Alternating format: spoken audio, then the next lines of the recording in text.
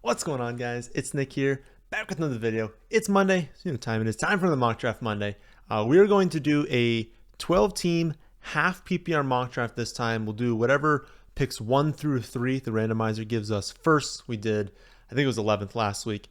Number 1, first draft from the number 1 this season. I think what I also want to do is let's put this up to 3. So let's do 1 quarterback, 2 running backs, 3 wide receivers, a tight end, still only 1 flex spot. And I said last week we'll extend into 8. So a lot of rounds in this one, just trying touching on, a few players later in the draft that we weren't touching on before.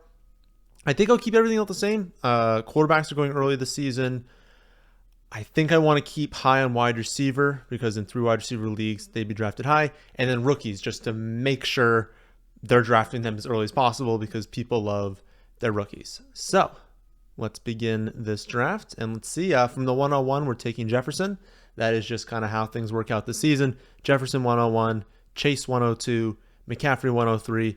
From there, really depends on what you want to do. If you want to go Kupp or Tyreek Hill, your favorite between those two. If you want to grab Travis Kelce at 4, if you want to grab like Bijan, if whatever your top next running back is, maybe it's Eckler for you.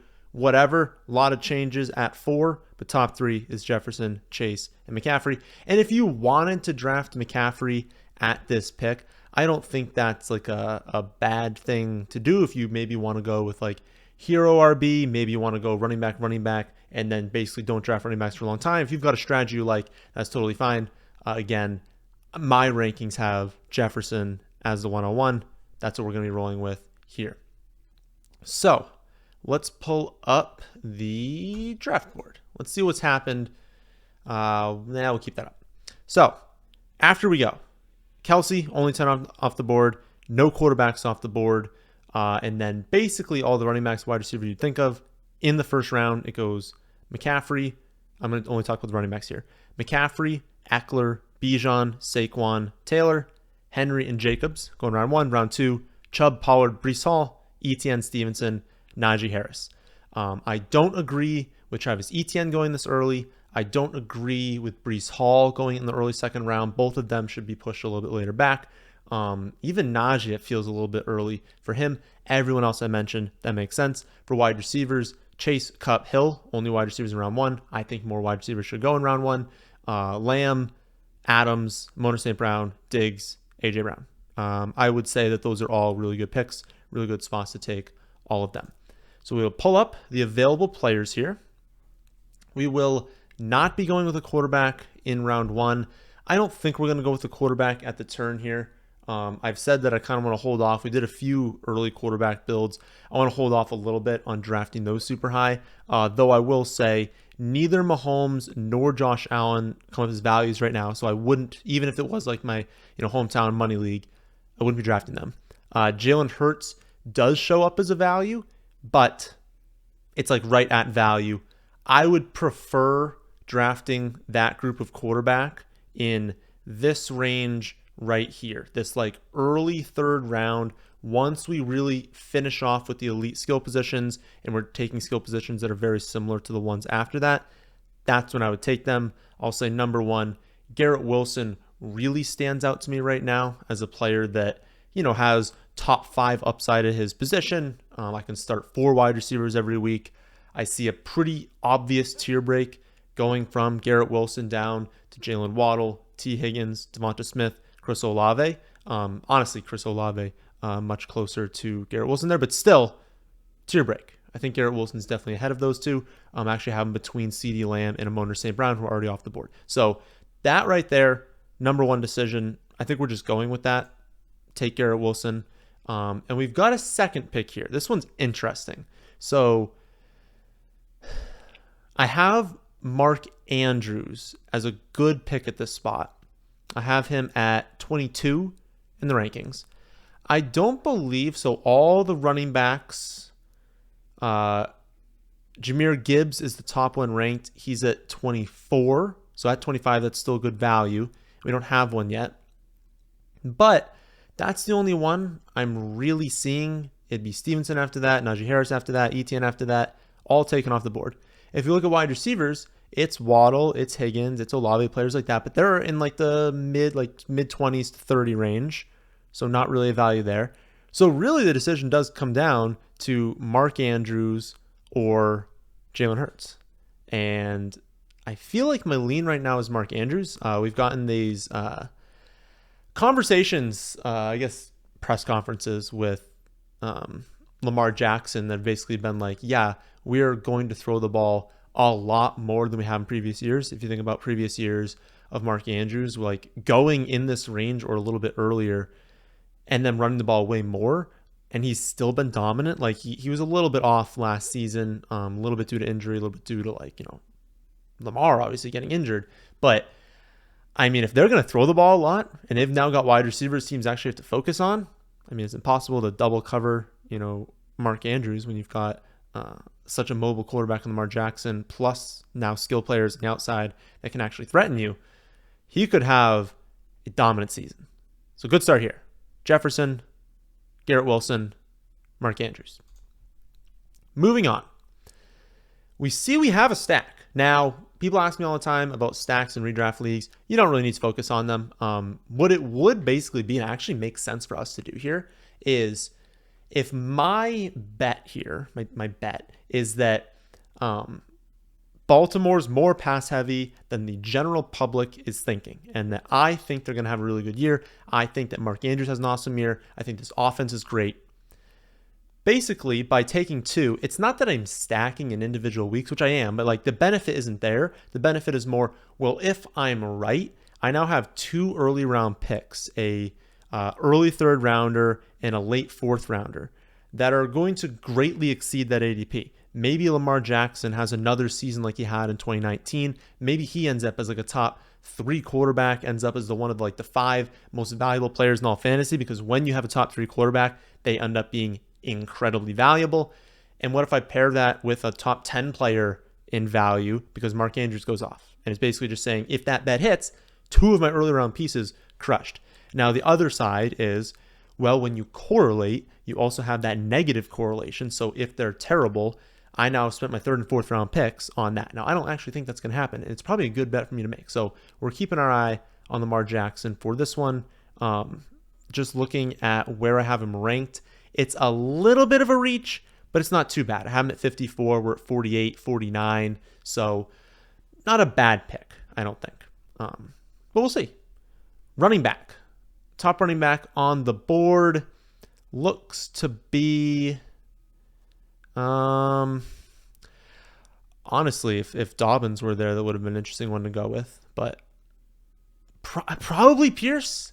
I mean, we're kind of at a range that I'm really not in love with. So Connor, fine. But if you think about his ceiling, if I don't think that Kyler Murray is going to be back very early in the season, not a lot of touchdown expectation early in the year. That's not great. Rashad White, still hesitant. They could bring someone else in. Pacheco, they could not only bring someone else in, but they could also have like Clyde get more work than people think. And so you start getting down, like Javonte Williams, I don't know if he's going to be healthy. Swift, I think Penny's going to be effectively the one. Kamara could get suspended for 6 weeks. And so it's not looking great.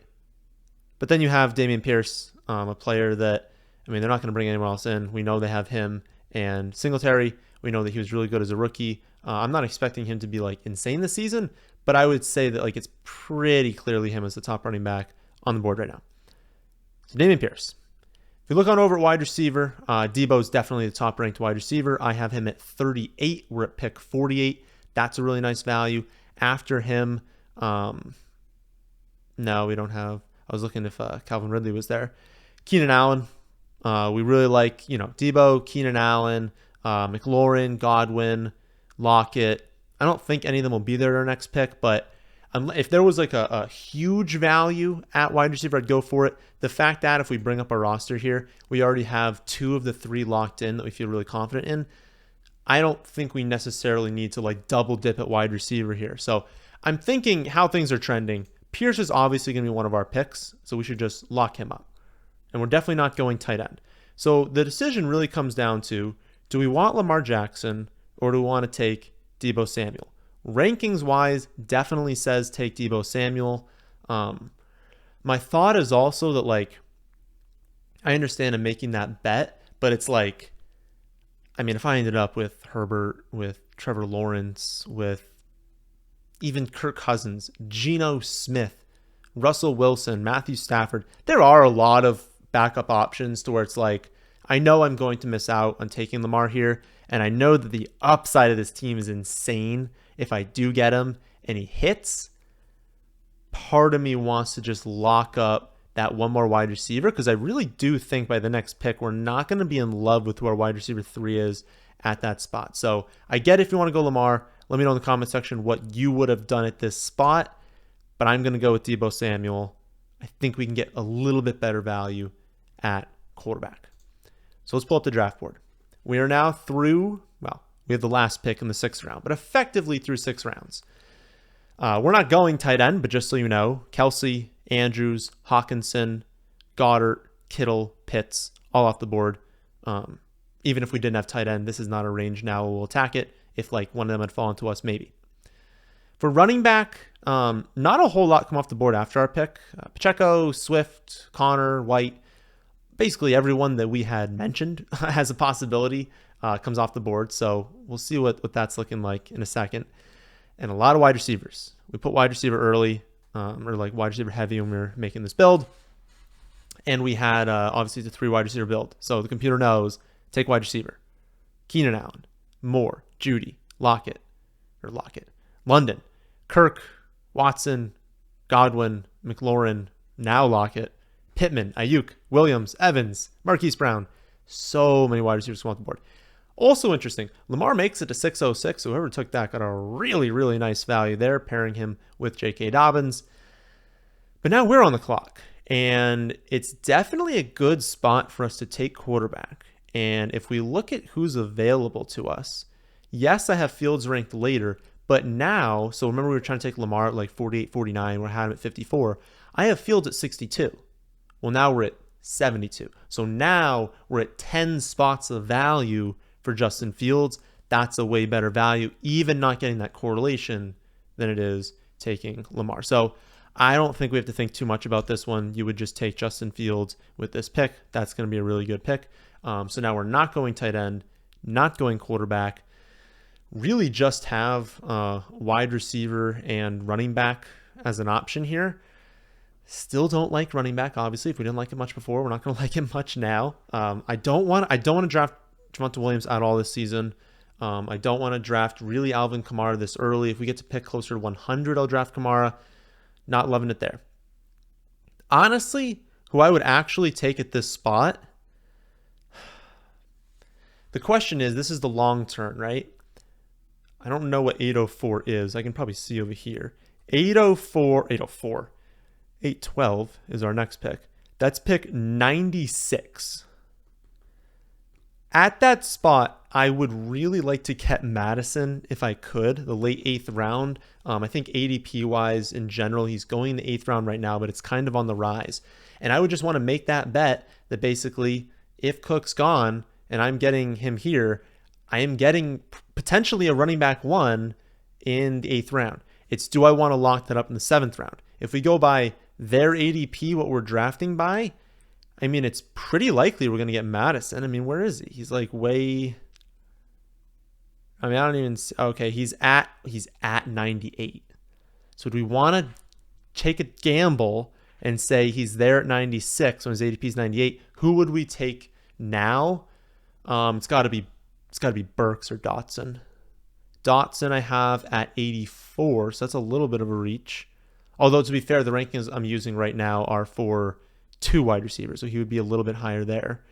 Burks is about 10 spots ahead of him. Okay.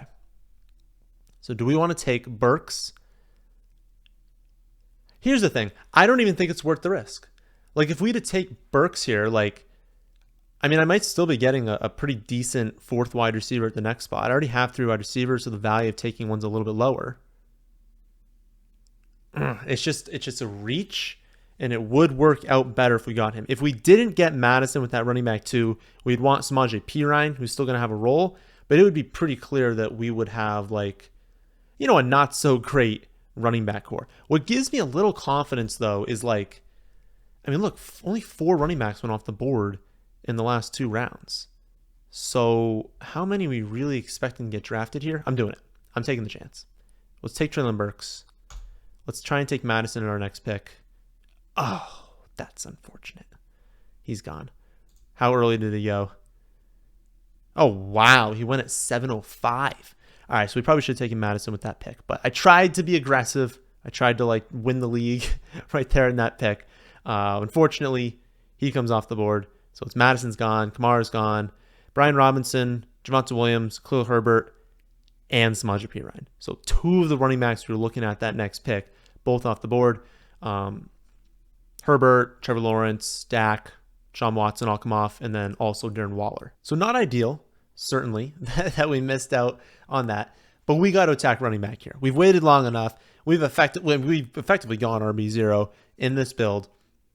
And again, that's fine because our goal in this draft is basically we're starting 4 wide receivers every single week. And so we only need 2. And I'm thinking Dameon Pierce can be our number 1. So who are some running backs that have some upside? James Cook's my top projected. I have him at 80th overall. We're at 96. We've got A.J. Dillon behind that. Definitely A-Chain. Where A-Chain's way down here. So if we're looking at who we're looking at here, James Cook, A.J. Dillon, Rashad Penny, honestly Damian Harris as well for touchdowns. Charbonnet,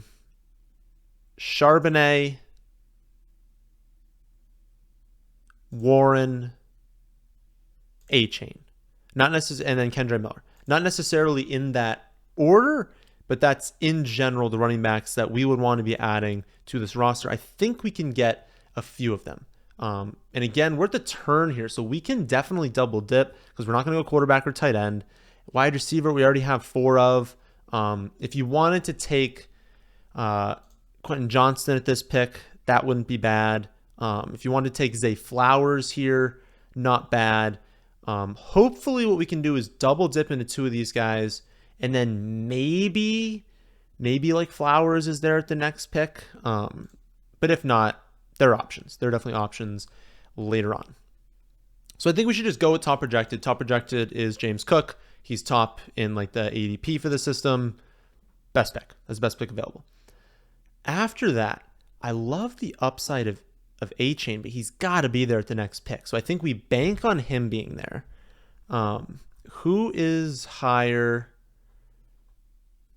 Dillon. Dillon is my next best. If we're thinking about pure upside, Penny definitely has more upside than A.J. Dillon. But projection-wise, what's the difference? 144.4 for A.J. Dillon. And if we pull up Penny, we are looking at about 15 point difference, so 1 point per game over the year. So are we cool sacrificing 1 point per game? Yeah, I think we are.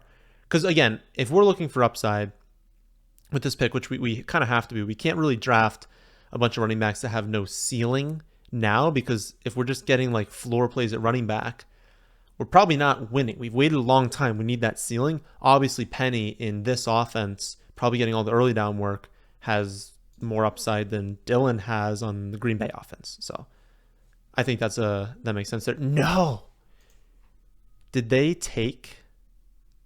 Oh my goodness. Well, the system is finally working when we're putting in draft rookies high. Unfortunately, it hurts us here. Kendre Miller and A-Chain both go in the 10th round right before we were going to take one or both of them in 10-11. So that is tough. That is difficult. Also, Damian Harris goes. Also, A.J. Dillon goes. And then a few wide receivers, including Zay Flowers and Quentin Johnston. So not ideal. Not ideal, certainly. But we've still got options. Charbonnet is looking good.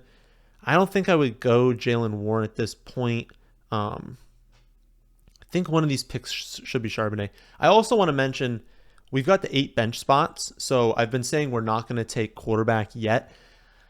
I'm thinking you got this many bench spots. You're handcuffing, or not handcuffing, but you're taking at least one of tight end or quarterback backup. I would say because we have Mark Andrews, I'm probably not taking a backup tight end because then it's strictly an injury. And at that point, I'll just add someone off free agency. We spent a little bit less draft capital on Fields, so I'm okay backing him up. But like, we have so many spots we can take on the bench that I think one of them probably should be for backup quarterback. So we'll take a backup quarterback at some point, because you also run the risk that like everyone has those spots, and so now everyone's taking 2. Some people are taking 3, and now if free agency is only like, you know, Tannehill and Stroud and like Desmond Ritter, and we're on bye weeks, we had an injury with Fields, like that's really going to hurt us a lot more. So probably going to take a backup, but I don't think we need to take one just yet. So we get into quarterback, tight end, wide receiver. We're at pick 120. Okay. Odell stands out. Another one where it's like, hey, bet on this offense basically. But we have Mark Andrews and we didn't draft Lamar, so maybe not there. Gallup stands out a little bit. I don't like Boyd because I don't really like the upside. I don't like DPJ because what's the upside with him? I don't like Sky Moore because I think the rookies could beat him out. Okay, Wandale. Wandale's an option. I don't think I'm going to go with Odell. Wandale, Gallup. I feel like those are the 2 names that I'd want to take with this pick. And then Charbonnet at running back. I've got Pierce, James Cook, and Penny. So I think the best move is you take Charbonnet and one of the wide receivers.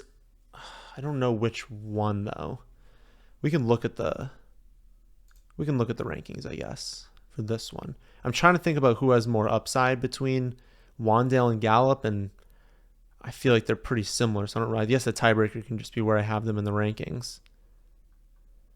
Gallup at 138, so a little bit of a reach on Gallup, but again, in a in 3 wide receiver, he'd be a little bit higher. And Wandale's like a round behind Gallup. That's what I was kind of thinking in my head. But I have Odell even earlier than that. Just again, because I think I'm projecting this offense to be a little bit more pass heavy than everyone else is. So maybe we do go with Odell. We just make that bet. All right. I can buy into that. Let's take Charbonnet. Let's get that 3rd running back. Let's take Odell. Let's hope that one of these players, none of them available at the next pick. That's unfortunate. But I see some running backs we can definitely take because we still need some upside at running back. We only have Dameon Pierce, James Cook, Rashad Penny, and Charbonnet. We're not like locked in to that running back core. So who's got upside? Jerome Ford definitely has upside. Tank Bigsby has upside. Roshan Johnson. Tyjae Spears. So definitely, okay. That's probably it, though, to be honest. It's probably like 4 running backs to be okay with. I think most will be available at the next pick. And we have, we started off strong at wide receiver. We haven't like crushed it since then. So who are some wideouts that we would want to be targeting? Well, the first thing you got to look for is where's our boy Marvin Mims? But I think we'd probably go with Mingo. And then Marvin Mims if he's like way down here. Okay, I'll highlight everyone. I'll do the same thing. So for running backs, Ford, Tank Bigsby, Roshan, and Spears. Those are like the rookies that I would want late in drafts. Honestly, be fine. Like Alec Pierce would be a fine pick. Curtis Samuel would be a fine pick, but maybe a little bit early for Curtis. Yeah, you basically get into the rookies. So Josh Downs, Mingo, Rashee Rice, Jaden Reed, Marvin Mims. Given their ADP, we definitely don't need to take Marvin Mims yet, but we'll take him at the next pick. So why don't we do no running back? Let's take Alec Pierce, and let's take Mingo. Mingo would be my top-ranked wide receiver after that. Then we'll take, some of the running backs come off the board. We will take Tank Bigsby. Nice little handcuff to Travis Etienne. Also can get some of that pass catching work. And then I think the best move would be to take Geno. What's his bye? Bye in week 5. Fields bye in week 13. Actually, do I have Geno or Aaron Rodgers ranked higher? That's an interesting question. I'm guessing I have Geno because, think about all the weapons that they have right now. And he already was coming off a really good season before. Yeah, I have him projected for 1.3 more points than Aaron Rodgers. Yeah, take Geno, lock in that backup, and then next pick, take Marvin Mims. You could also take Puka this late. You could take Tank Dell. So definitely a number of options this late. We draft Marvin Mims. We draft a defense, and then we'll evaluate the team after that. And I keep drafting the Saints defense because their opening schedule, remember, very, very, very nice. Titans, Panthers, Packers, Bucks, Patriots, Texans. It's only the Jaguars in week 7 when they have a difficult matchup. We love that in early round streaming. So here's what we got. I like the starting lineup, and I will say we're a little bit weak at that running back 2 spot. So if we were doing trades, we were looking at free agency, running back 2 is really where we would need in this team. But of course we're weak there because we have Justin Fields, we have Justin Jefferson, Garrett Wilson, Deebo Samuel, Mark Andrews at tight end, Treylon Burks in the flex, and then Saints defense, and of course Dameon Pierce was our running back 1. Bench, Penny, Charbonnet, Odell, Pierce, Mingo, Bigsby, Geno, and Marvin Mims. I think the bench is a good mixture of like floor and upside. Your floor picks are basically like Odell and Pierce, just 2 wide receivers that we know we're going to be involved in the offense. We know probably don't have a super high ceiling, but if we have injuries or bye weeks to our starters right now, they can definitely fill in. And then we're just hoping that, one of Jonathan Mingo or Marvin Mims can like develop, kind of break out in the second half of the season. And then we're just taking shots on running back. Take a shot that Penny really breaks out and stays healthy. Take a shot that like Charbonnet usurps Ken Walker or gets that 3rd down role. And then a chance that like Tank Bigsby, is the clear number 2. What if ETN were to get injured? So that'll do it for this week's Mock Draft Monday. If you're watching this far, you at least somewhat liked it, hit that like button. Subscribe to the channel if you guys are new here. Tomorrow we're going to go over, we're going to have a live stream, I guess, 6:30 Eastern. And then Wednesday, some sort of either rankings video or strategy video, not 100% sure. But put in the comment section in this video for Thursday if there's any sort of breakdown you guys want to see. Let me know. I'll do that one. That, my friends, is this one. Hope you all enjoyed. If you did, how about hitting the like button? How about subscribing to the channel if you're new here? Thanks for watching.